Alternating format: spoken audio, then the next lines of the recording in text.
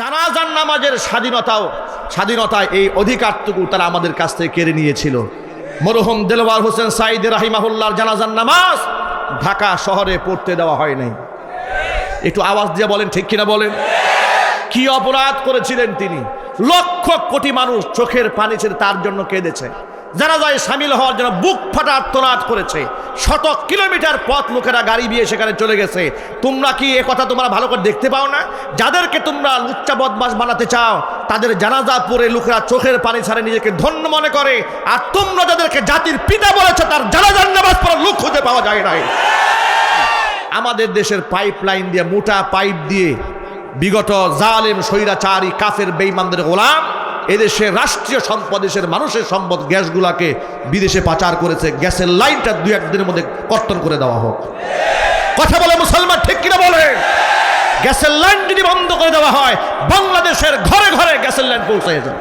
দেশ স্বাধীন হওয়ার পরে আজকে আমাদের প্রথম কোরআনে কারিমের ওপেন ময়দানের মাহফিল। দেশ স্বাধীন হওয়ার পরে যে আমাদের অনুভূতি, যে আজকে মাইকের সামনে আমরা বসেছি, কোরআন সুন্নাহ থেকে প্রাণ খোলা কথা আমরা বলবো, আমাদের হৃদয়ের মধ্যে সামান্যতম কোনো বাধা নাই, কোনো দ্বিধা নাই। জালেম স্বৈরাচারী শাসক ক্ষমতায় চিরদিন টিকে থাকার জন্য ফেরাউনের মতো সব অবলম্বন করেছিল, কিন্তু আল্লাহ রব্বুল আলামিন যার টার্গেট ছিল যে স্বৈরাচারীর 41 সাল পর্যন্ত থাকবে, 24 সালে এসেই সেই নৌকা ডুবে গেছে। তারা এত কষ্ট দিয়েছে দেশের মানুষকে, ছোট্ট ছোট্ট বাচ্চারা ওদেরকে লানত করেছে। আমরা একসময় হতাশ হতাম, ইয়াং জেনারেশনকে নিয়ে খুব শঙ্কিত ছিলাম। বাচ্চাদের সিলেবাসগুলোকে ধ্বংস করে দেওয়া হয়েছে, শিক্ষাঙ্গনগুলোতে একেবারে শেষ করে দেওয়া হয়েছে। কাফের বেঈমানদের দাসত্বের শৃঙ্খলে আমাদেরকে আবদ্ধ করে দেওয়ার জন্য তাদের পা চাটা গোলামেরা শিক্ষাঙ্গন থেকে ইসলামকে একেবারে ঝাঁটা পিটাই করে বিদায় করে দিয়েছিল। অহেতুক কর্মকাণ্ড বাচ্চাদেরকে দিয়ে করিয়ে মূল শিক্ষা দর্শন থেকে বাচ্চাদেরকে সরিয়ে দেওয়া হয়েছে। ক্লাস 8-9 বাচ্চাদেরকে শেখানো হয়েছে এটার নাম ট্রাক, এটার নাম বাস, এটার নাম আলু, এটার নাম ভর্তা। কথা বলে না ঠিক কিনা বলে? এর চেয়ে হাস্যকর, এর চেয়ে লজ্জাস্কর বিষয় আর কি হতে পারে? বাচ্চাদেরকে উগান্ডার মানুষেরা নাচে কেমনে সেটা প্র্যাকটিক্যাল দেখানো হতো, জিঙ্গালালা হু হু। কথা বলেন? এর নাম শিক্ষা ব্যবস্থা। সমকামিতা, ট্রান্সজেন্ডার, শারীরিক শিক্ষা, নানা হেডলাইন দিয়ে দিয়ে বাচ্চাদেরকে নির্লজ্জ বানিয়ে দেওয়ার জন্য সব পায়তারা তারা ইতোমধ্যে গ্রহণ করেছিল। দেশের শ্রেষ্ঠ সন্তান আলেমদেরকে আসামির কাঠগড়ায় দাঁড় করিয়ে কোমরে রশি দিয়ে হাতে পায়ে শিকল লাগিয়ে এরপরে তাদেরকে টেনে টেনে বেইজ্জত করে আদালতে হাজির করা হয়েছে। অসংখ্য আলেমদেরকে তারা গুম খুনের মাধ্যমে দুনিয়া থেকে বিদায় করে দিয়েছে। উপমহাদেশের শ্রেষ্ঠতম মুফাসসির কোরআনে কারিমের দায়ী আল্লামা দেলোয়ার হোসেন সাঈদী রাহিমাহুল্লাহ, তাকে সুদীর্ঘ 13টি বছর অন্যায়ভাবে কারারুদ্ধ করে রেখে সর্বশেষ তাকে ইনজেকশন পুশ করে বিষ প্রয়োগে তাকে হত্যা করেছে। আমরা টু শব্দ পর্যন্ত বলতে পারি নাই। স্টেজে ওঠার সময় আমাদেরকে লম্বা তালিকা ধরিয়ে দেওয়া হতো, এই কথা বলা যাবে, সেই কথা বলা যাবে না, এটা বলা যাবে, ওটা বলা যাবে না। এইভাবে আমাদের বাক স্বাধীনতাকেও তারা কেড়ে নিয়েছিল। আল্লামা দেলোয়ার হোসেন সাঈদী রাহিমাহুল্লাহ জাতির শ্রেষ্ঠ সন্তান, জাতির শ্রেষ্ঠ এই দায়ী কোরআনে কারিমের এই খাদেমের পক্ষে কথা বলে বাংলাদেশের অসংখ্য ইমাম সাহেবরা তাদের মসজিদ থেকে চাকরি হারিয়েছেন। অনেকেই মামলা মোকদ্দমার সম্মুখীন হয়েছেন। ওরা আমাদেরকে ট্যাগ দিয়েছিল আমরা হচ্ছে জঙ্গি, আমরা হচ্ছি তালেবান ইত্যাদি কথা বলে বলে মানুষের কাছে ওরা আমাদেরকে হেয় প্রতিপন্ন করেছে। 2018 সালে আমাকেও রাজনৈতিক মামলার 1 নাম্বার আসামি বানিয়ে গরুর রশি দিয়া বেঁধে হাতে হ্যান্ডকাপ পরিয়ে আমাকে আদালতে ওরা হাজির করেছে। জিজ্ঞেস করেছিলাম আমার অপরাধ, প্রশাসন বলেছে উপরের নির্দেশ, উপরের নির্দেশে গ্রেফতার করেছে। আপনাদেরকে ছোট্ট একটা কথা বলি, কোরআনে কারীমের মধ্যে আল্লাহ সুবহানাহু ওয়া তাআলা বলেছেন, ইন্নাল মুলুকা ইদা দাখালু ক্বরয়াতান আফসাদুহা ওয়া জাআলু আইজ্জাতা আহলিহা আদিল্লাহ।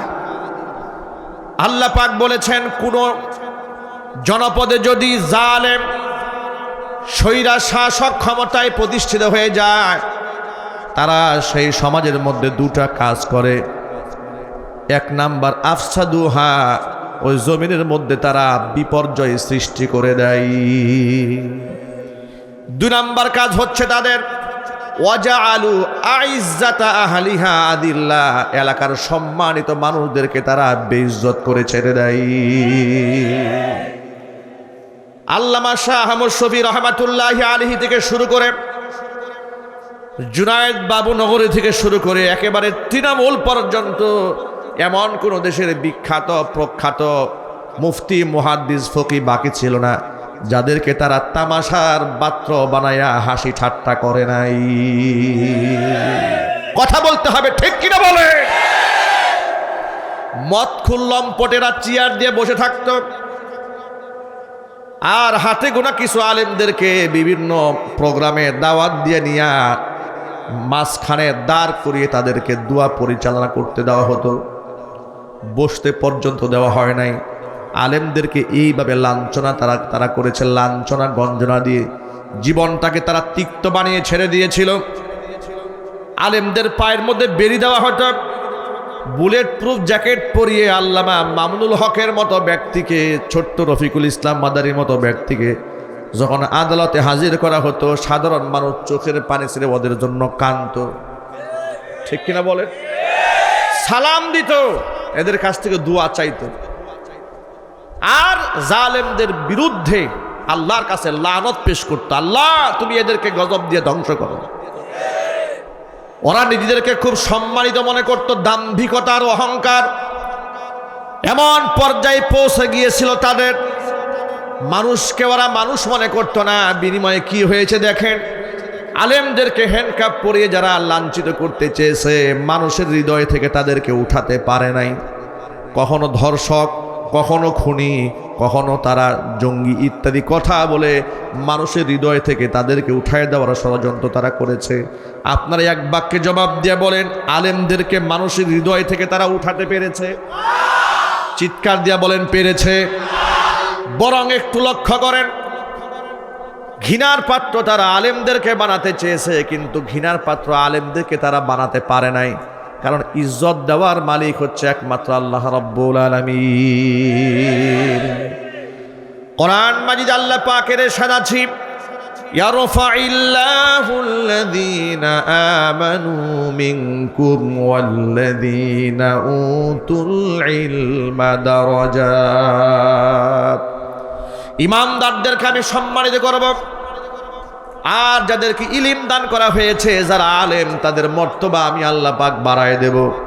এখন আপনারা এক বাক্যে বলেন, আল্লাহ কি মিথ্যা কথা বলেন? আল্লাহ পাক কোরআনে বললেন আলেমদের সম্মান আল্লাহ পাক দিবেন। নবী করিম সাল্লাল্লাহু আলাইহি সাল্লাম বলেছেন, ফাদলুল আলিমি আলাল আবিদি কাফাদলি আলা আদনাকুম।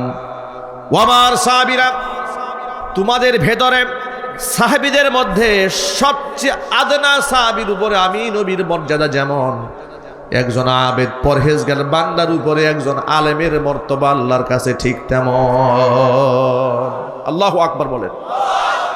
সেই সমস্ত আলেমদেরকে তারা অপমান করেছে, লাঞ্ছিত করেছে, মানুষের হৃদয় থেকে তাদেরকে মুছে ফেলতে তারা পারে নাই। লক্ষ্য করেন, বরং যারা আলেমদেরকে বেইজ্জত করতে চেয়েছে, ওদেরকে মানুষ এমনভাবে ধিক্কার দিয়েছে, লানত দিয়েছে, বেআইনিভাবে যারা আলেমদের হাতে হাত করা পড়িয়েছে, আজকে যখন তাদেরকে আসামির কাঠগড়ায় যখন টেনে হিসড়ে প্রশাসন নিয়ে যাচ্ছে, মানুষেরা তাদের জন্য আফসোস করবে দূরের কথা, ধিক্কার মারছে, কিল ঘুষা লাথি মারতেছে, এমন কি ডিম নিক্ষেপ করে ইতিহাসের আস্থা করে ওদেরকে নিক্ষেপ করে প্রমাণ করে দিয়েছে আলেমদেরকে নিয়ে ষড়যন্ত্র যারা করেছে এদের জনগণ থুতু মেরে ইতিহাসের ডাস্টবিনে ছুঁড়ে মেরেছে। আলেমদেরকে ওরা বেইজ্জত করতে চেয়েছে। আল্লাহ রাব্বুল আলামিন আলেমদের শান মান আরো বাড়িয়ে দিয়েছেন। যারা যত বেশি মাজলুম হয়েছে আল্লাহ পাক তত বেশি মাকাম দারাজাত আল্লাহ পাক ওই আলেমদের বাড়িয়ে দিয়েছে। জোরে কোন সুবহানাল্লাহ। বৈষম্য বিরোধী এই ছাত্র আন্দোলন থেকে শুরু করে এত বড় ফেরাউনের পতন হয়ে যাবে, নব্বই নমরুদের পতন হবে, ওদের সাঙ্গ পাঙ্গরা তো কল্পনাও করে নাই। কথা একটু বলতে হবে, ঠিক কিনা বলেন? ওদের সাঙ্গ পাঙ্গরা কল্পনাও করে নাই যে মালেকা হামেরা এইভাবে দৌড় দেবে। কথা বলেন, একটু বলতে হবে, ঠিক কিনা বলে? কি অহংকার, কি দাম্ভিকতা! হাসিনা পালায় না, হাসিনা পালায় না, টর্চ লাইট দিয়ে তাকে খুঁজে পাওয়া যাচ্ছে না। আমরা কথা বললে আমাদেরকে বলেছে রাজাকারের বাচ্চা, ঠিক কিনা বলে? পাকিস্তানের দালাল বলেছে। আমরা দেখতে পাচ্ছি যাদেরকে পাকিস্তানের দালাল বলেছে একজন পাকিস্তান যায় নাই, কিন্তু ভারতের দালাল যাদেরকে আমরা বলতাম ঠিকই তারা ভারত চলে গেছে। কথা একটু বলেন না, ঠিক কিনা বলেন? যারা এই দেশের মুসলমানদেরকে পাকিস্তানের দালাল বলেছে ওরা কাদের দালাল? একটু জুড়ে বলতে হবে, কার দালাল? ভারতের দালাল। আজকে মোদি তার কোলে তাকে আশ্রয় দিয়েছে। মোদির মনে খুব কষ্ট। কথা বলেন, এই কষ্টের ঠেলাই তো বাঁধ খুলে দিয়েছে। কথা বলেন, ঠিক কিনা?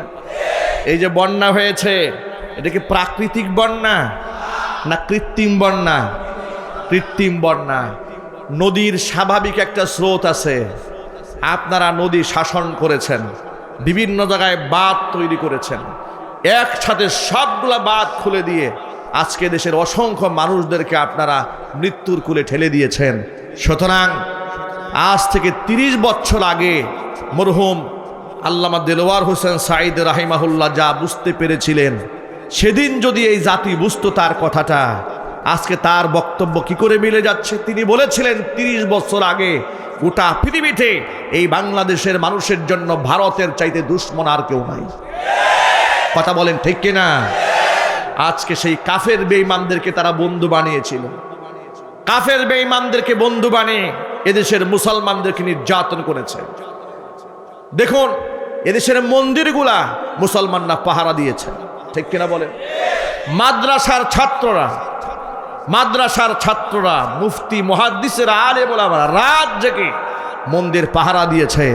আর এই নিমক হারাম জাতি কাঁটাতারের বেড়ার কাছে গিয়ে, ভারতের কাছে গিয়ে বলছে, আহারে আমাদের সব শেষ হয়ে গেছে, আমরা ওদের পাহারাদারি করি। আর এই নিমক হারামেরা বলে আমরা নাকি ওদের বাড়িঘর আগুন দিয়ে পুড়িয়ে দেই। চিৎকার দিয়ে এখন নাউজুবিল্লাহ। আরো যদি বলেন নাউজুবিল্লাহ। সুতরাং বৈষম্য বিরোধী ছাত্র আন্দোলনে এই জাহাঙ্গীর হুজুরের মাদ্রাসারও এক ছাত্র দেখেছেন মারাত্মকভাবে আহত হয়েছে, ক্ষতবিক্ষত হয়েছে। পুলিশরা ডেকে নিয়ে এদের বুকের মধ্যে গুলি চালিয়েছে। সুতরাং তারা এদেরকে গুলির নির্দেশ দিয়েছে। এ অসংখ্য মানুষকে হত্যার নির্দেশদাতা স্বৈরাচারী ডাইনি বর্তমান প্রজন্মের ফেরাউন শেখ হাসিনা। আওয়াজ দিয়ে বলতে হবে, ঠিক কিনা? শাপলা চত্বরের গণহত্যাকারী এই স্বৈরাচারী হাসিনা জাতীয় সংসদ ভবনে দাঁড়িয়ে বলেছে শাপলা চত্বরে নাকি কোনো গুলাগুলির ঘটনা সেদিন ঘটে নাই। হেফাজতের কর্মীরা গায়ে রং মেখে অভিনয় করেছে, পুলিশ দেখে দৌড় দিয়েছে। শহীদদের রক্তের সাথে এমন তামাশা যে করতে পারে, আল্লাহর কসম আমি তাকে মানুষ মনে করি না। হেফাজতের অসংখ্য মানুষকে নির্মমভাবে যার ওয়ার্ডারে খুন করা হয়েছে, সেই স্বৈরাচারীর নাম হচ্ছে শেখ হাসিনা। কথা বলেন, ঠিক কিনা বলেন? এরপরে বিডিআর বিদ্রোহের নামে শ্রেষ্ঠ সন্তান সেনাবাহিনী বড় বড় অফিসারদেরকে হত্যা করেছে, যার নির্দেশে, তার নাম শেখ হাসিনা। আয়না ঘর বানিয়ে অসংখ্য মানুষকে নিদারুণভাবে 10 বছর 12 বছর পাশবিক নির্যাতন করে এমন কষ্ট দিয়েছে যে ফেরাউন আর নমরুদ মানুষকে এত কষ্ট দেয় না যত কষ্ট দিয়েছে এই নব্য ফেরাউন হাসিনা।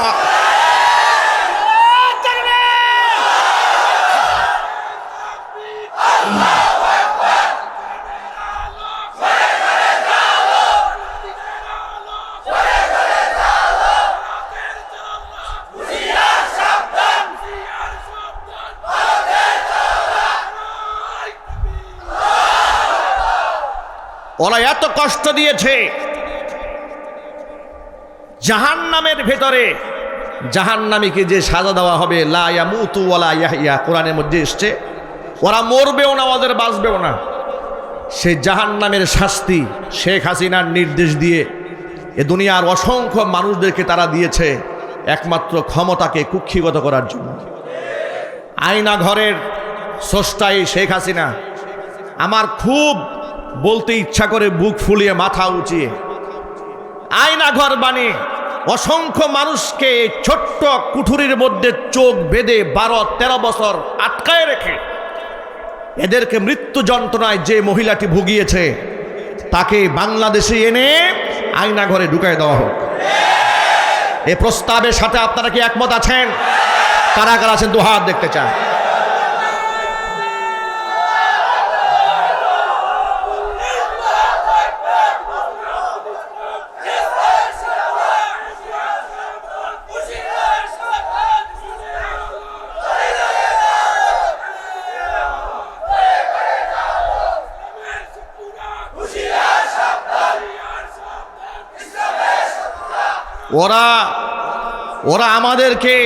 ওরা আমাদেরকে 16টা বছর স্বাধীনভাবে কথা বলতে দেয়নি।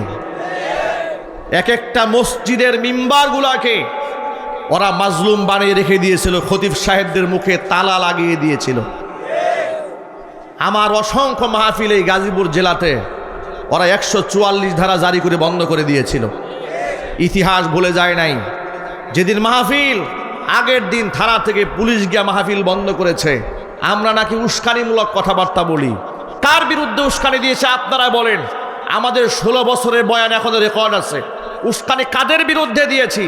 যখন দেখেছি জাতীয় সংসদে দাঁড়িয়ে কোরআনের বিরুদ্ধে কথা বলেছে, যখন দেখেছি আলেমদেরকে মাজলুম করে নির্যাতন চালাচ্ছে, বিনা অপরাধে বছরের পর বছর আলেমদেরকে যেখানে কারারুদ্ধ করে রেখেছে, আলেমদের পক্ষ হয়ে কথা বলেছি। এটা ছিল আমাদের ইমানি দায়িত্ব। যখন দেখেছি মুসলিমদের ট্যাক্সের টাকায় পরিচালিত ঢাকা বিশ্ববিদ্যালয়ে পূজা অর্চনা হয়, ইফতার মাহফিল করতে দেওয়া হয় না, প্রতিবাদ জানিয়েছি। যখন দেখেছি শাহবাগের মধ্যে রাষ্ট্রের পক্ষ থেকে টাকা দিয়ে নাস্তিক এবং বেঈমানদেরকে তুষামত করে ডেকে এনে জামাই আদরে লালিত পালিত করে মুসলিমদের মধ্যে ফাটল তৈরি করা হচ্ছে, তাদের বিরুদ্ধে আমরা কথা বলেছি। রাজীবের মতো কুখ্যাত নাস্তিক আল্লাহর নবী সাল্লাল্লাহু আলাইহি সাল্লামকে চরিত্রহীন বলে গালি দিয়েছিল। এই কুখ্যাত বদমাশকে দেশের সূর্য সন্তানেরা যখন হত্যা করেছিল, তখন এই শেখ হাসিনার নেতৃত্বে কাফের বেঈমানদেরকে খুশি করার জন্য তাকে দ্বিতীয় মুক্তিযুদ্ধের প্রথম শহীদ হিসেবে জাতীয় সংসদে আখ্যা দেওয়া হয়েছিল। আল্লাহর নবীকে গালি যারা দিয়েছে, তাকে যদি দ্বিতীয় মুক্তিযুদ্ধের শহীদ কেউ বলে, আল্লাহর কসম সে কাফের, মুরতাদ, কোনো সন্দেহ নাই। এ সমস্ত কথা বলার কারণে আমাদেরকে ট্যাগ দিয়েছে মৌলবাদ, ট্যাগ দিয়েছে জঙ্গিবাদ। এই নাটকের অবসান হয়েছে। কিছুদিন আগে গাজীপুরে এক ঊর্ধ্বতন পুলিশ কর্মকর্তা আমাদেরকে বলেছে ডেকে নিয়ে, হুজুর, গোটা বাংলাদেশে যত জঙ্গির ঘটনা দেখেছেন, বিভিন্ন বাড়ি ঘরে হানা দিয়েছে, চতুর্দিক পুলিশ ঘেরাও করে ধরেছে, যত যা দেখেছেন জঙ্গির নামে যা হয়েছে সব নাটক এবং মিথ্যা কথা, সব সাজানো। শুধুমাত্র পশ্চিমাদেরকে তারা দেখিয়েছে আমরা এই দেশে জঙ্গি দমন করি। জঙ্গি দমনের নামে অসংখ্য নিরীহ, নিষ্পাপ, নিরপরাধ মানুষদেরকে তারা ফাঁসির মঞ্চে মঞ্চায়িত করেছে। কথা বলতে হবে, ঠিক কিনা বলেন? জানাজার নামাজের স্বাধীনতায় এই অধিকারটুকু তারা আমাদের কাছ থেকে কেড়ে নিয়েছিল। মরহুম দেলোয়ার হোসেন সাঈদী রাহিমাহুল্লাহর জানাজার নামাজ ঢাকা শহরে পড়তে দেওয়া হয় নাই। একটু আওয়াজ দিয়ে বলেন ঠিক কিনা বলেন। কি অপরাধ করেছিলেন তিনি? লক্ষ কোটি মানুষ চোখের পানি ছেড়ে তার জন্য কেঁদেছে, জানাজায় সামিল হওয়ার জন্য বুক ফাটা আর্তনাদ করেছে। শত কিলোমিটার পথ লোকেরা গাড়ি দিয়ে সেখানে চলে গেছে। তোমরা কি এ কথা তোমরা ভালো করে দেখতে পাও না? যাদেরকে তোমরা লুচ্চা বদমাশ বানাতে চাও তাদের জানাজা পড়ে লোকেরা চোখের পানি ছাড়ে নিজেকে ধন্য মনে করে, আর তোমরা যাদেরকে জাতির পিতা বলেছো তার জানাজার নামাজ পড়ার লোক খুঁজে পাওয়া যায় নাই। সুতরাং স্বৈরাচারীরা শিক্ষা গ্রহণ করো। আগামী প্রজন্মকে বলবো, বৈষম্য বিরোধী ছাত্র আন্দোলনে যারা নেতৃত্ব দিয়েছিলেন, আল্লাহর কাছে তাদের জন্য দোয়া করছি। যারা দেশকে এগিয়ে নিয়ে যাচ্ছে, দায়িত্ব গ্রহণ করেছে, হৃদয়ের গভীর থেকে তাদের জন্য আল্লাহর কাছে দোয়া করি। আল্লাহ রাব্বুল আলামিন তাদের নেতৃত্বে একটি সুন্দর সোনার বাংলাদেশ আল্লাহ পাক গড়ার তৌফিক দান করেন। তবে সাময়িকভাবে তারা রাষ্ট্র পরিচালনা করছে, কিন্তু এদেশের মুসলমান বুঝে ফেলেছে ইসলাম যদি নেতৃত্ব না আসে, তন্ত্র মন্ত্র দিয়া এদেশের দুর্নীতি বন্ধ করা যাবে না। সুতরাং আমরা আগামীর বাংলাদেশ কোরআনের বাংলাদেশ বানাতে চাই। আগামীর সংসদে শত শত আলেমদেরকে পাঠিয়ে কোরআনের রাজ বাংলার মাটিতে কায়েম করতে চাই। রাজিয়া সাদিকার দুহাত দেখতে চাই।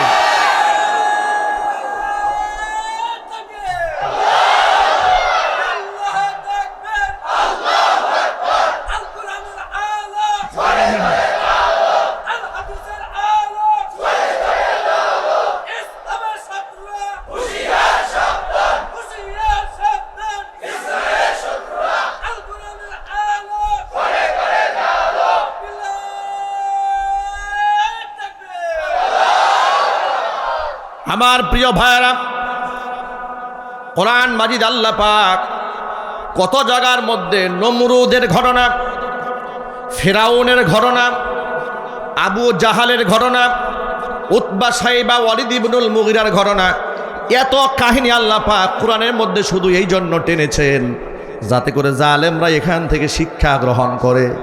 কিন্তু স্বৈরাচারী জালেমরা মনে করে যে আমাদের কোনো ক্ষমতার শেষ নাই। ঠিক কিনা বলেন? কোরআনে মাজিদ আল্লাহ বলছেন, ওয়াসায়ালামুল্লাযীনা যালামু আইয়া মুনকালাবিন ইয়ানকালিবুন। জালেমরা অচিরেই জানতে পারবে তাদের গন্তব্য কোথায়। মনে রেখো, তোমরা এ কথা মোটেও চিন্তা করো না, তোমরা যা করছো আমি আল্লাহ পাক দেখতে পাই না। ইন্নাল্লাহা লা ইয়াখফা আলাল্লাহি শাইউন ফিল আরদি ওয়ালা ফিস সামা। আসমান জমিনে কোনো কিছু আমি আল্লাহর কাছে লুকায়ে থাকে না, সব কিছু আমি আল্লাহ পাক দেখতে পাই। জোরে কোন সুবহানাল্লাহ। ও যুবক ভাইরা আমার, আজকে যে অসংখ্য উলামারা রক্ত দিলেন, জেল খাটলেন, জরিমানা দিয়েছেন, তাই বলে আলেমরা ঠকে যায় নাই। আপনারা দেখেন, আলেমরা নিজেরা নির্যাতিত হয়েছে, নিপীড়িত হয়েছে, কিন্তু আলেমরা দেশ ছেড়ে পালায় নাই। কথা বলেন।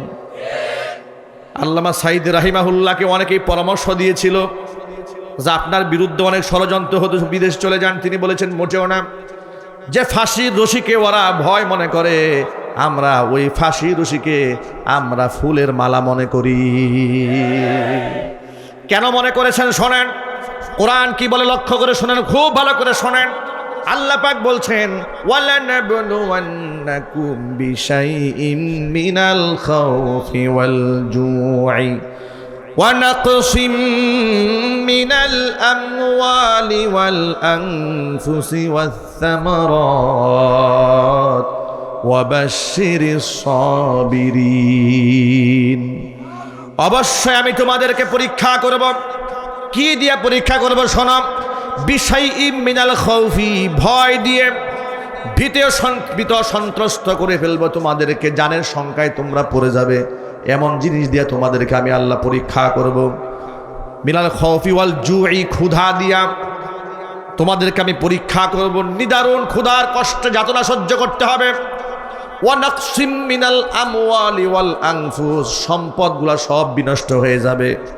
সম্পদ, দুনিয়ার সম্পদ বলতে যা বোঝায় সব শেষ হয়েও যেতে পারে। ওয়ালাংফুস, তোমার জীবনটা পর্যন্ত শেষ হয়ে যেতে পারে। আমি আল্লাহ পাক তোমাকে এইরকম ভাবে পরীক্ষা করব। আমি আল্লাহ পাক দেখে নিতে চাই ইমানের দাবিতে কে কতটুকু সত্যবাদী আর কে কতটুকু মিথ্যাবাদী। আমি আল্লাহ পাক দেখে নিতে চাই। কোরআন মাজিদে সূরা আনকাবুতের মধ্যে 2 নম্বর আয়াতে আল্লাহ পাক বলছেন, হাসিবান নাসু আইয়ুতরাকু আইয়াকুলু আমান্না ওয়া হুম লা ইফতানুন। মানুষকে মনে করেছে নাকি, এটা কি মানুষের ধারণা করে বসে আছে নাকি তারা শুধু বলবে আমান্না, ঈমান আনলাম, ঈমান এনেছি, আর তাদেরকে ছাড় দিয়ে দেওয়া হবে? এটা কি মানুষের ধারণা নাকি? অথচ ওয়ালাকাদ ফাতান ওয়া হুম লা ইফতানুন, এদেরকে পরীক্ষা করা হবে না, এটা কি তাদের ধারণা? ওয়ালাকাদ ফাতান্নাল্লাযীনা মিন ক্বাবলিহিম, অথচ তাদের পূর্বে দুনিয়াতে যারা এসেছিল এদের সকলের কাছ থেকে আমি আল্লাহ পাক পরীক্ষা গ্রহণ করেছি, যাতে করে আমি আল্লাহ পাক দেখে নিতে পারি। ফালা ইয়ালামান্নাল্লাহুল্লাযীনা সাদাকু ওয়া লা ইয়ালামান্নাল কাযিবিন। আমি আল্লাহ পাক শুধু দেখে নিতে চাই ইমানের দাবিতে কে সত্যবাদী আর কে মিথ্যাবাদী। জোরে জোরে বলেন সুবহানাল্লাহ। এই জন্য আলেমরা দেশ ছেড়ে পালিয়ে যায় না, জেল জরিমানা বরদাস্ত করতে পারে, কিন্তু আলেমরা যারা কষ্ট দেয় তারা মানুষের কাছে দরবেশ সেজে থাকে, বিপদ দেখলে দাড়ি কামাইয়া চোর বাটপার সেজে পালাইয়া যাওয়ার চেষ্টা চালায়। কথা বলেন ঠিক কিনা বলেন? আমার প্রিয় ভাইরা, ইমানদারের জীবনে যত বিপদ আসুক না কেন তাদের হতাশ হওয়ার কিছু নাই। পুরস্কার আল্লাহর পক্ষ থেকে আছে না নাই? একটু জোরে বলেন। আল্লাহর পক্ষ থেকে পুরস্কার আছে, হতাশ হওয়ার কিছু নাই, নিরাশ হওয়ার কিছু নাই। আল্লাহর পক্ষ থেকে বিনিময় আল্লাহ পাক দেবেন।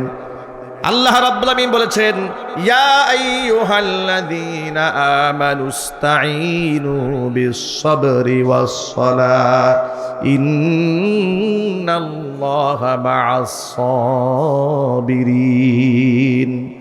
ও ঈমানদারেরা, ইস্তাঈনু বিস-সাবরি ওয়াস-সালাহ, আমি আল্লাহর কাছে সাহায্য প্রার্থনা করো দুইটা জিনিসের মাধ্যমে, একটা হচ্ছে ধৈর্য আর একটা হচ্ছে নামাজ। ধৈর্য এবং নামাজের বিনিময়ে আমি আল্লাহর কাছে তোমরা সাহায্য চাও। ধৈর্য ধারণ করতে হবে, নামাজের মাধ্যমে সাহায্য চাবো কার কাছে? সবাই যদি বলুন না, কার কাছে? আল্লাহর কাছে সাহায্য চাবো। হতাশ হওয়া যাবে না, নিরাশ হওয়া যাবে না, অস্থির হওয়া যাবে না। সাহাবায়ে কেরামের মতো পবিত্র মানুষের জীবনে যদি এত মুসিবত আসতে পারে, আম্বিয়া আলাইহিমুস সালাতু ওয়াস সালাম তারা ছিলেন বেগুনা মাসুম, যাদের কোনো গুনাহ স্পর্শ করে নাই, তারা যদি রক্তাক্ত হতে পারেন, দ্বিখণ্ডিত হতে পারেন, শহীদ হয়ে যেতে পারেন, আল্লাহর নবী সাল্লাল্লাহু আলাইহি ওয়াসাল্লাম পর্যন্ত ক্ষত বিক্ষত হতে পারেন, তাহলে আমাদের মতো গুনাহগার বান্দারা একটু আঘাত প্রাপ্ত হলেই কেন আমরা হতাশ হব? আমাদের অবস্থাতে এমন হয়েছে, সামান্য একটু জ্বর সর্দি কাশি হলেই অস্থির হয়ে যাচ্ছি, ঠিক কিনা বলেন? সামান্য একটু জ্বর সর্দি কাশি হলেই অনেক লোকেরা বলে ফেলে, এত নামাজ পড়ি, এত রোজা রাখি, এত হজ করি আর যাকাত দেই, মানুষদেরকে দান খয়রাত করি, আল্লাহ কি আমার ইবাদত কবুল করে না? আমার তো পেরেশানি দূরই হয় না। ওই যে সুদের ব্যবসা করে, ঘুষ খায়, মিথ্যা কথা বলে, ও তো বেশ আরামে আছে। আছে না নাই? জুড়ে বলেন আছে না নাই? এগুলা হচ্ছে সাময়িক আরাম। কি আরাম এগুলো? সাময়িক আরাম। হাদিস শরীফের মধ্যে এসেছে, নবী করিম সাল্লাল্লাহু আলাইহি ওয়াসাল্লাম বলেছেন যে ইদা আরাদা বিআবদিহি খাইরান, আল্লাহ পাক যখন তার কোনো বান্দার কল্যাণ চান, ফাআজ্জালা লাহুল উকুবাতা ফিদ দুনিয়া, দুনিয়াতে তার শাস্তিকে আল্লাহ ত্বরান্বিত করেন। মানে দুনিয়াতে মানবীয় ত্রুটি বিচ্যুতি যা আছে, এটা তার সাবেক দুনিয়ার মধ্যে কিছু বিপদ আল্লাহ দেয়, দিয়ে তাকে দুনিয়া থেকে পবিত্র বানায় নেয়। পক্ষান্তরে যে ব্যক্তির অকল্যাণ আল্লাহ পাক চান, তার ব্যাপারে আল্লাহ পাক তাৎক্ষণিক তারে কোনো বিপদ দেয় না। বিপদ দিলে তো আগামীর মুসিবত সাইজের মাইটটা কম পড়ে যাবে। ফাআমসাকা আনহু বিল উকুবা, হাদিস শরীফ এসেছে, আল্লাহ নবী সাল্লাল্লাহু আলাইহি ওয়াসাল্লাম বলেছেন, আল্লাহ পাক তার থেকে শাস্তি দেওয়া থেকে বিরত থাকেন, ওরে শাস্তি আল্লাহ পাক দেন। কেন দেন না? হাত্তা ইউআফিয়াহু বিহি ইয়াউমাল কিয়ামা, যাতে করে কিয়ামতের দিন তারে পুষায়া মাইটটা দেওয়া যায়। কথা বলতে হবে ঠিক কিনা? এই জন্য ইমানদারদের জীবনে যে বিপদগুলো আসে এটা আল্লাহর পক্ষ থেকে রহমত।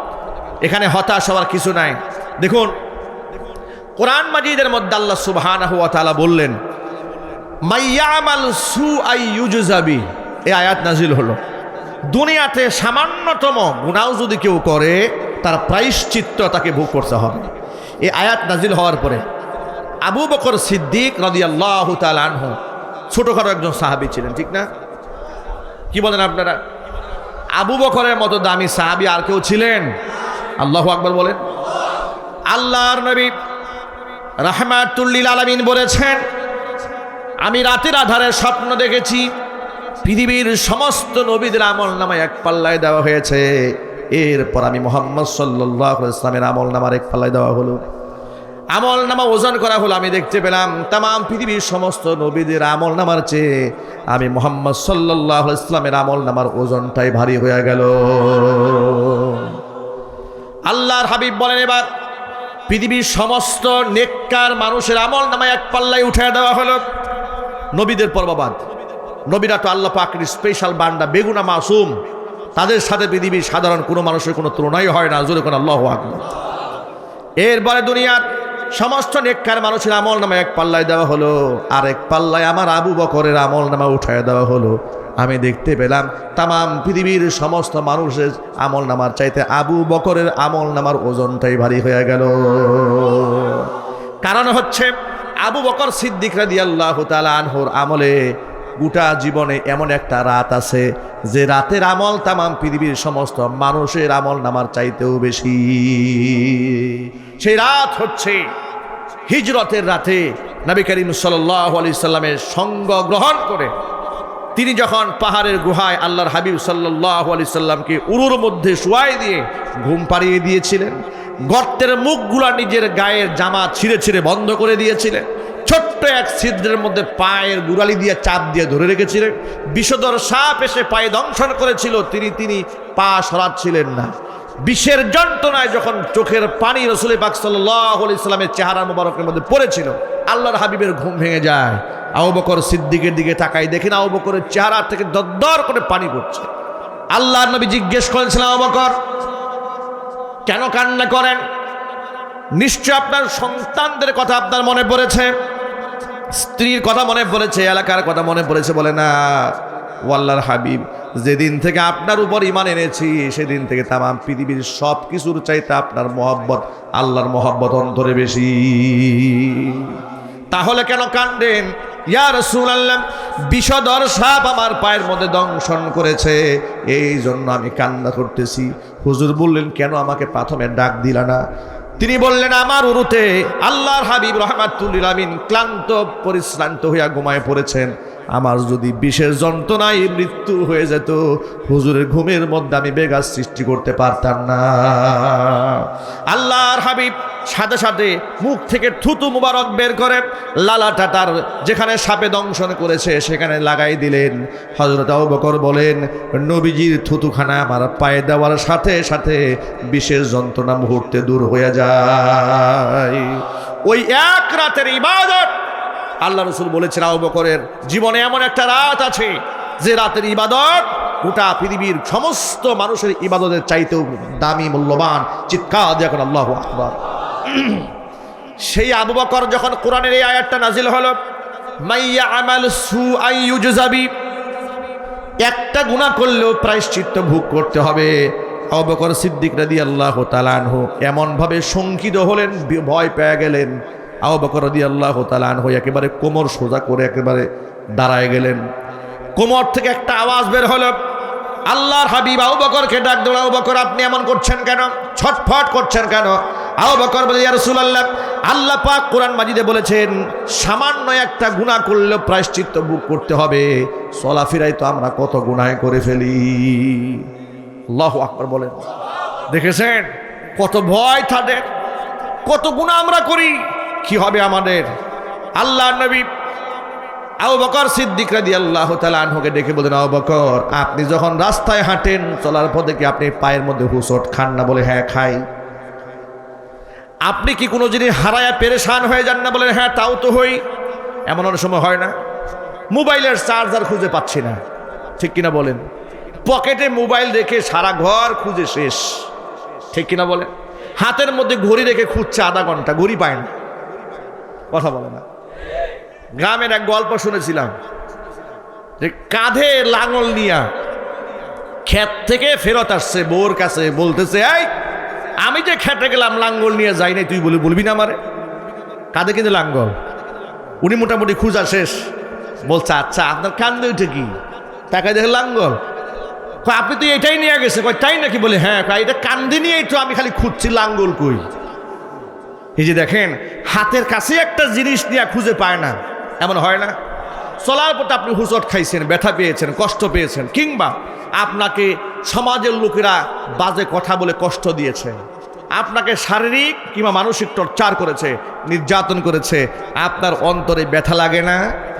ব্যথা লাগে। হতাশ হবেন না। নবী করিম সাল্লাল্লাহু আলাইহি ওয়াসাল্লাম বলেছে, আবু বকর চলার পথে যে হোঁচট খান, এক একটা হোঁচট খাওয়ার বিনিময়ে আল্লাহ পাক আমল নামা থেকে গুনাহগুলা মুছে দেয়। আপনি যে পেরেশান হন, পেরেশানিতে আপনার সগীরা গুনাহ আল্লাহ মাফ করে দেয়। সুতরাং এভাবে আল্লাহ সুবহানাহু ওয়া তাআলা আমল নামা থেকে ছোট ছোট গুনাহ, দুনিয়ার ছোট্ট ছোট্ট বিপদের বিনিময়ে দূর করে দেন। আমি আপনাদেরকে শুধু একথা বোঝাতে চেয়েছি, এই দুনিয়ার ইমানদারদের যে বিপদ আসে, এটা আল্লাহর পক্ষ থেকে গজব নয়, এটা আল্লাহর পক্ষ থেকে রহমত, ঠিক কিনা বলেন? এটা আল্লাহর পক্ষ থেকে কি? রহমত। আপনি পেরেশান হয়ে গেছেন, হতাশ হবেন না। আজকে দেখুন, ফেনী, নোয়াখালী, লক্ষ্মীপুর, ছাগলনাইয়া, এই এলাকার যে বিস্তীর্ণ এলাকার মানুষ আজকে পানিবন্দী। আজকে তারা চরম মুসিবতের সম্মুখীন হয়েছে। এটা একটা কৃত্রিম মুসিবত আমাদের দুশ্মন ভারত তৈরি করে দিয়েছে। প্রথমত ইমানদারদের এখানে হতাশ হওয়ার কিছু নাই, তারা কঠিন পরীক্ষার সম্মুখীন হয়েছে। তাদের সহযোগিতার জন্য গোটা বাংলাদেশের মানুষ আমরা ঝাঁপায়ে পড়েছি, ভবিষ্যতে আরও ঝাঁপায়ে পড়বো ইনশাআল্লাহ। যিনি যেখানে আছে, ওদের বিপদ দেখে আমাদের কাফের শত্রুরা হাসতেছে। ওরা বলছে আমাদের পানির ধাক্কা তোমরা সামলাইতে পারো না, আবার সেভেন সিস্টারকে নিয়ে তোমরা হুমকি দাও। আমরা ওদেরকে খুব স্পষ্ট জানায় দেই, তোমাদের পানির ধাক্কা বরদাস্ত করার মতো ক্ষমতা আমাদের আছে না নাই টের পাও নাই? তোমরা অতর্কিতভাবে পানি ছেড়ে আমার অসংখ্য ভাই বোনদেরকে তোমরা পানি বন্দি করে দিয়েছিলে, আর আমরা বিনা নোটিশে, বিনা প্রচারণায় লক্ষ লক্ষ সাহায্যার্থী মানুষ, তাদেরকে সাহায্য করার জন্য এগিয়ে গেছি। আলহামদুলিল্লাহ বলে ওটা বাংলাদেশের আপামর জনসাধারণ তাদের পিছনে শ্রম দিচ্ছেন, ঘাম ঝরাচ্ছেন। আমরাও যারা আছি টাকার বিনিময়ে, শারীরিক পরিশ্রমের মাধ্যমে তাদের পাশে দাঁড়াতে চায়। ফেনীর এবং ছাগলনাইয়া, লক্ষ্মীপুর, নোয়াখালী, ওই সমস্ত আমার ভাইরা ফকির মিসকিন নয়, তারা আমার আপনার ভাই। তারা আজকে মুসিবত পড়েছে, এই মুসিবত তো আমার উপরেও আসতে পারত। কথা বলেন, ঠিক কিনা বলেন? তাদের পাশে দাঁড়াবার দরকার আমাদের আছে না নাই? একটু যদি বলেন, একজন মানুষও বাকি থাকবেন না এমন যে সহযোগিতায় হাত না বাড়াবেন। যিনি যেখানে, যাকে বিশ্বস্ত মনে হয়, আমানতদার মনে হয়, আজকে তো আমার বলতে দ্বিধা নাই, আস-সুন্নাহ ফাউন্ডেশন, বাম এবং রামেরা তাকায় দেখো মানবতার কাণ্ডারি কারা। তোমরা তো আলেমদেরকে মানবতা বিরোধী বলো, আলেমরা প্রমাণ করে দিয়েছে সময়ের ব্যবধানে গোটা জাতির জন্য, জাতির মুসিবতে আলেমরা প্রমাণ করেছে আলেমদের চেয়ে মানব দরদি এই জাতির মধ্যে আর কেউ নেই। অত একটু জুড়ে বলতে হবে, ঠিক কিনা? আস-সুন্নাহ ফাউন্ডেশন একা যে ত্রাণ নিয়ে তাদের দরবারে হাজির হয়েছে, গোটা বাম, রাম, তথাকথিত নারীবাদী আর মানবতাবাদী গোষ্ঠী সহ মিলেও এর শতভাগের এক ভাগও হবে না। আল্লাহু আকবার বলেন। আলেমরা মানুষের আস্থার জায়গা ইতোমধ্যে অর্জন করেছেন। আস্থার জায়গা আগেও ছিল, কিন্তু আফসোস এই দেশে কাফেরদের লালিত সরকার আলেমদের অবদান মিডিয়াতে কোনোদিন তুলে ধরে নাই। আমি কি অসত্য কথা বললাম নাকি? আস-সুন্নাহ ফাউন্ডেশনের মাধ্যমে সিলেটের বন্যা দুর্গত মানুষের পাশে, উত্তরবঙ্গে দুর্গত মানুষের পাশে যে পরিমাণ ত্রাণ, শত শত টন চাল, গম, খাবার পৌঁছে দিয়েছে, এটা আগেও দেয় নাই? দিয়েছে। জাতীয় মিডিয়াতে প্রচার হয়েছে। না না, জাতীয় মিডিয়াতে এগুলো প্রচারিত হবে না। জাতীয় মিডিয়াতে কি প্রচারিত হবে? প্রচারিত হবে সারেগামা পাদানিসা গাইয়া জামা খুলছিল কে? কথা বলে না, জুড়ে বলতে হবে তো, ঠিক কিনা বলেন? কারা মহিলা চ্যাম্পিয়নশিপ নিয়ে আসছে, হাফ প্যান্ট পরে মহিলারা বিরাট কাম করে নিয়ে আসছে, এটা জাতীয় টেলিভিশনে হাইলাইট করা হয়েছে। আমরা বিগত জীবনে আলেমদেরকে বাঁকা চোখে দেখার যে কালচার এই দেশে দেখেছি, বৈষম্য বিরোধী ছাত্র আন্দোলনের মাধ্যমে ওই সমস্ত একরোখা কানা দাজ্জালি সমাজ ব্যবস্থার পতন ঘটেছে। আজকে জাতীয় পত্রিকা টেলিভিশনে দেখেছি আজ সুন্নাহ ফাউন্ডেশনের কর্মকাণ্ড প্রথম সারির টেলিভিশনগুলো প্রচার করে বেড়াচ্ছে। অতিলকালা ইয়ামুন উদাবিলুহা বাইনান নাস, কোরআনে আল্লাহ পাক বলেন এভাবেই দিনগুলোকে আমি পাল্টাইয়া দেই। এবার দিন এসেছে ইসলামপন্থীদের দিন। কথা বলেন ঠিক কিনা? আপনি দেওয়ার কোনো জায়গা না যদিও পান, আজ সুন্নাহ ফাউন্ডেশনে যোগাযোগ করেন। আস্থার প্রতীক আজ সুন্নাহ ফাউন্ডেশন শেখ আহমদুল্লাহ হাফিজাহুল্লাহর নেতৃত্বে পরিচালিত হচ্ছে। শেখ আহমদুল্লাহ জাতির শ্রেষ্ঠ সন্তান, জাতির রত্নের জন্য আমরা আল্লাহর কাছে দোয়া করছি আল্লাহ পাক তার হায়াতে তয়্যিবা দান করেন, তার মাধ্যমে দেশ এবং জাতি আরও বেশি উপকৃত হোক। এটা আমরা চাই না, জোরে বলুন চাই না। তাকে বিতর্কিত করার জন্য একটা গোষ্ঠী বাম পাড়াতে খুব প্রচেষ্টা করেছে কিছুদিন আগে। এমনকি বাম এবং রামদের লালিত আরেকটা টুপি দাড়িওয়ালা বাহিনী, তথাকথিত সুন্নি বাহিনী, তাকে নিয়ে অনেক বাজে কথা বলেছে। আজকে দেখলাম হঠাৎ করে ওদের মুখ শুকায় গেছে। কথা বলেন ঠিক কিনা? আল্লাহ পাক ওদের চেহারাকে, যারা ইসলামের বিরুদ্ধে কাজ করে এবং ইসলামের বিরুদ্ধবাদী শক্তিদেরকে শক্তি যোগায়, আল্লাহ ওদের চেহারা আরো কালা বানায় দিক। জোরে কোন আমিন। এমনকি এই আজ সুন্নাহ ফাউন্ডেশনের মাধ্যমে আজকে সেখানে ত্রাণ বিতরণ হচ্ছে। যে যেভাবে পেরেছে দান করছে, সহযোগিতা করছে। আপনারা সহযোগিতার হাত বাড়ান। আলেম ওলামার নেতৃত্বে কোনাবাড়িতে আলেমদের টিম যাচ্ছে, গাজীপুর বিভিন্ন জায়গা থেকে আলেমদের টিম সেখানে যাচ্ছে। যে সংগঠন, যে হাত আপনার কাছে আস্থার হাত মনে হয়, তার হাতে নিজের কষ্টার্জিত টাকা আপনি হস্তান্তর করেন।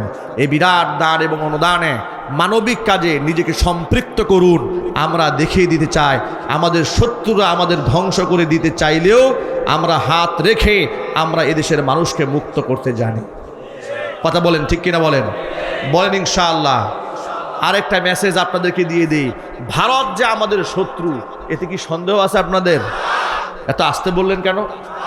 ওরা যে আমাদের শত্রু, আপনাদের সন্দেহ আছে? ওদের দালাল যারা ক্ষমতায় ছিল, চলে যাওয়ার পরে ওদের চ্যানেলের কান্নাকাটি দেখে মনে হয়েছে ওরা কোনো রাজ্য হারিয়ে ফেলেছে। কথা বলেন। মনে হয় না এই বাংলাদেশের থেকে কোনো সরকার বিদায় হয়েছে, মনে হয়েছে ভারত তার কোনো এক রাজ্য হারিয়েছে। ওদের কান্নাকাটি দেখে আমাদের কাছে তাই মনে হয়েছে। ওরা আমাদেরকে বাদ দিয়ে নদী শাসন করে আমাদেরকে বানে ভাসিয়ে দিতে চায়। আমরা ছাত্র জনতাকে সাথে নিয়ে, মাজলুম এদেশের আলেম ওলামাদেরকে সাথে নিয়ে যদি আমরা নতুন একটা সূর্যের উদয় এদেশে ঘটাতে পারি, তাহলে আমরা ইনশাআল্লাহ আমাদের শত্রুদেরকেও মোকাবেলা করার জন্য হাতে হাত রাখতে পারবো। ইসরায়েলি পণ্য আমরা যেভাবে বয়কট করেছিলাম, যেভাবে বয়কট করে আছি, ঠিক সেভাবে ভারতীয় সমস্ত পণ্য বয়কট করতে হবে ইনশাআল্লাহ। বলেন আর চিৎকার দিয়ে এখন ইনশাআল্লাহ। ওদের এই দেশে 26 লক্ষ কর্মচারী আছে, এগুলাকে চিহ্নিত করে ঘাট ধাক্কা দিয়ে বের করে দেওয়া হোক। কথা বলেন ঠিক কিনা? এমনকি আমাদের দেশের পাইপলাইন দিয়ে, মোটা পাইপ দিয়ে বিগত জালেম স্বৈরাচারী কাফের বেঈমানদের গোলাম এদেশে রাষ্ট্রীয় সম্পদ, দেশের মানুষের সম্পদ গ্যাসগুলাকে বিদেশে পাচার করেছে। গ্যাসের লাইনটা 2-1 দিনের মধ্যে কর্তন করে দেওয়া হোক। কথা বলে মুসলমান ঠিক কিনা? বলে গ্যাসের লাইন যদি বন্ধ করে দেওয়া হয়, বাংলাদেশের ঘরে ঘরে গ্যাসের লাইন পৌঁছে যাবে। আজকে ওরা আমাদের কাছ থেকে সব সুবিধা ভোগ করেছে। আলহামদুলিল্লাহ, এদেশের মানুষ এই জালেম স্বৈর শাসকের কাছ থেকে মুক্তি লাভ করেছে, ভারতের আধিপত্যবাদীদের কাছ থেকে মুক্তি লাভ করেছে।